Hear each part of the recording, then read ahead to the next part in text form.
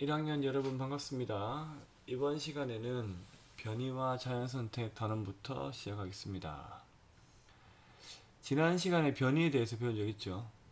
이 변이가 나타날 수 있는 이유에 대해서 여기서 다루고 있습니다.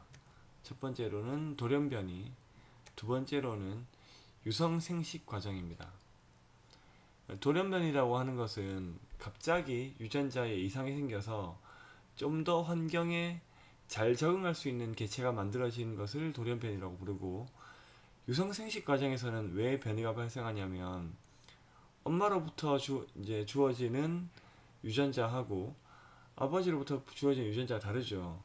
그 서로 다른 유전자의 조합에 의해서 다양한 변이가 만들어질 수 있다는 이유입니다. 이렇게 생성된 변이는 환경에 따라 자연선택에 영향을 주고, 자연선택된 개체의 변이는 자손에게 전달되겠죠.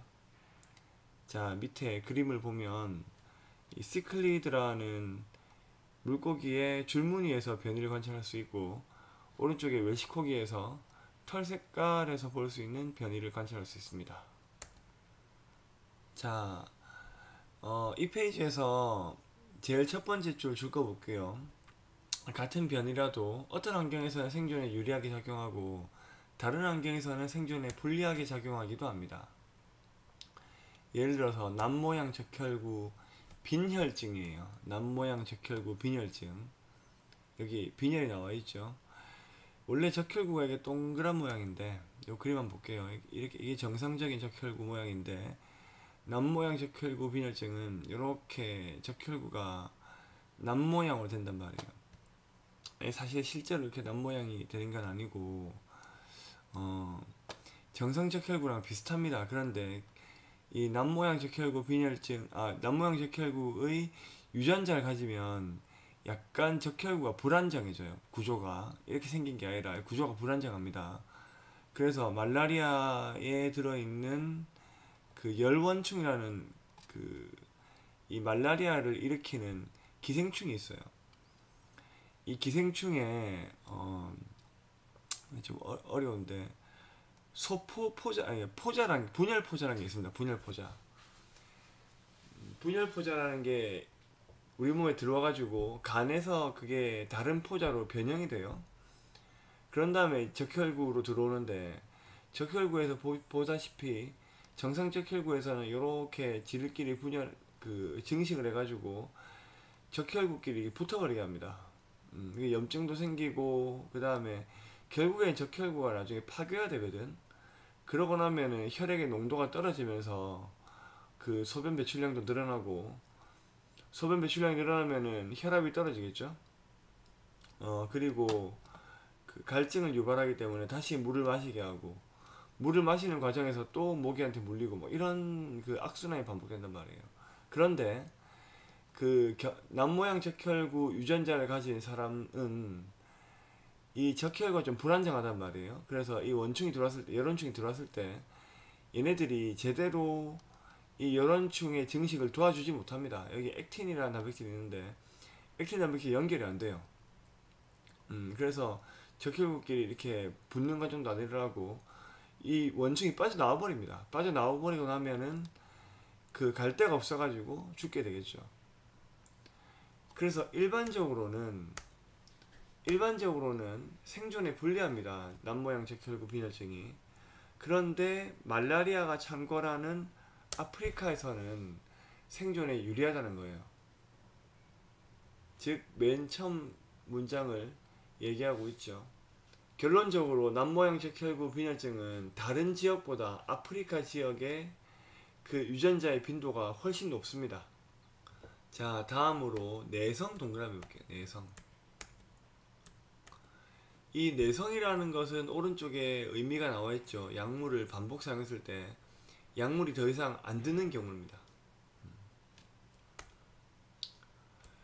이게 이제 어떤 걸 의미하냐면은 이 항생제 같은 또는 살충제 같은 어떤 생명체를 죽이는 물질을 처리했을 때 여기에 내성을 갖는 생명체들이 비율이 증가하더라는 거예요. 즉 인위적으로 우리가 항생제 또는 살충제로 어떤 압력을 가함으로써 일종의 진화가 일어난다는 거죠. 그래서 이거를 자연선택이라고 부르지 않고 인위선택이라고 부릅니다. 인간의 개입에 의해 진화가 일어납니다. 자, 다음 실험 한번 볼게요. 이 실험에서 그 각각의 실험 준비물들이 어떤 의미를 가지는지를 잘 알아야 됩니다. 자, 먼저 폴리에틸렌구. 폴리에틸렌은 이거는 합성 섬유예요. 우리 일반적으로 옷 만드는 섬유입니다. 스티로폼 얘기하는 거예요. 스티로폼 어떤 건 줄 알죠?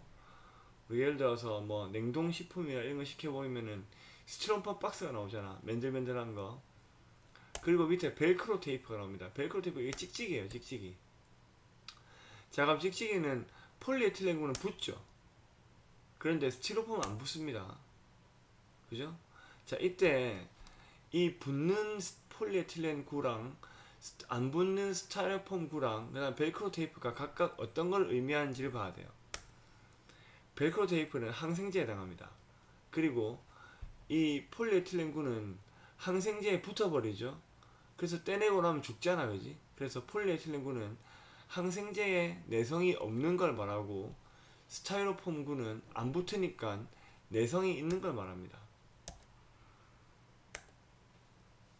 자, 여러분들이 이 녹화된 수업을 듣는지 안 듣는지 확인할 길이 없어서 여러분들한테 이제 불특정하게 어떤 단어를 구글 설문지에 입력하게 할 거예요. 이걸 입력했으면은 수업을 들은 친구, 입력 안 했으면 수업을 안 들은 게 되겠죠. 그래서 모든 친구들이 다 수업을 듣게 하기 위해서 누구나 그 알 수 있는 이제 답을 쓰게 할 건데, 그 선생님이 요구한 답은 항생제입니다. 세 글자 땡땡땡 항생제. 자, 항생제라는 단어를 쌤이 구글 설문지에 쓰도록 문제를 하나 만들어 놓을 테니까 항생제라고 입력하면은 여러분들이 수업을 들은 것으로 간주하겠습니다. 아시겠죠? 항생제 쓰면 됩니다. 수업을 수강을 했는지 안 했는지 확인하기 위한 단어예요.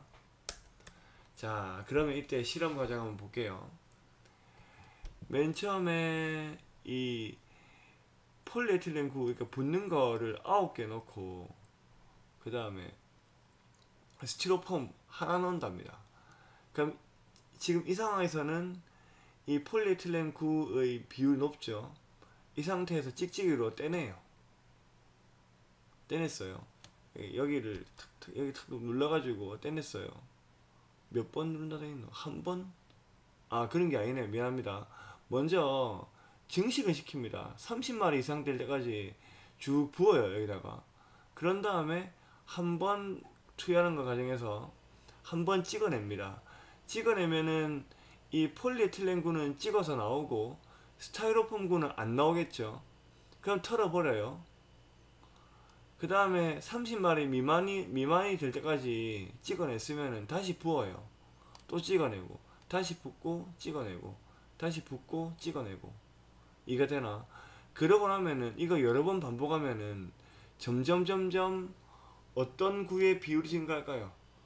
폴리에틸렌구는 점점 그 비율이 처음에 높았는데 이걸 찍어내면서 점점 감소하겠죠. 스타이로폼 구의 비율은 점점 증가합니다. 자, 한번 볼게요. 정리 문제. 내성이 있는 세균의 비율은 점점 증가하겠죠.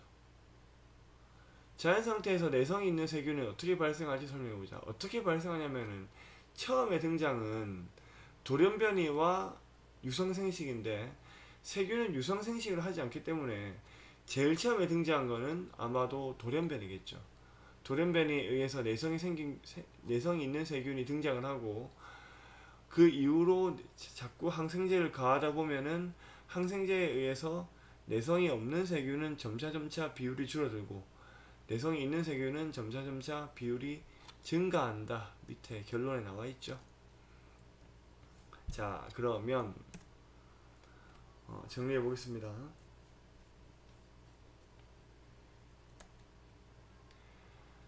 이 발생한 변이에 의해서 그 발생한 변이에 의해서 항생제의 내성을 나타낼 수 있는 세균이 나타날 수 있죠. 이게 이제 돌연변이 얘기하는 거예요.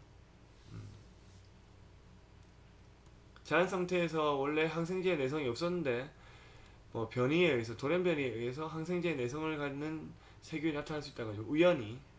그리고 항생제를 계속 사용하는 환경에서는 자연 선택에 의해 이 항생제 내성 세균의 비율이 증가한다는 거예요. 밑에 나와 있습니다. 그죠? 자, 개체 사이에 유전자 차이가 나타나는 원인 두 가지 있었죠. 돌연변이, 유성생식. 그리고 요것도 줄 거 보세요. 지금 이 지구상에서 다양한 생물종이 생기게 된 요인을 이렇게 결론적으로 써놨습니다. 그리고 밑에 문제 한 번 더 확인할게요. 개체 사이에 유전자 차이가 나타나는 원인 돌연변이와 유성생식입니다. 자, 스스로 해결하기 1번. 다윈의 진화론에서 자연선택이 일어나는 과정은 이전 시간에 그 쌤이 PPT로 설명해 준 적이 있었어요. 맨 처음에 과잉생산과 변이부터 시작합니다. 자, 밑에 문제도 한번 생각해 봅시다. 자, 그러면 오늘 수업은 여기서 마치도록 하겠습니다. 자, 아까 선생님이 여러분들의 수강 여부를 알 수 있기 위해서 랜덤으로 문제 하나씩 낸다고 했죠. 앞으로도 계속 이렇게 할 겁니다. 자, 그러면 수고 많았습니다.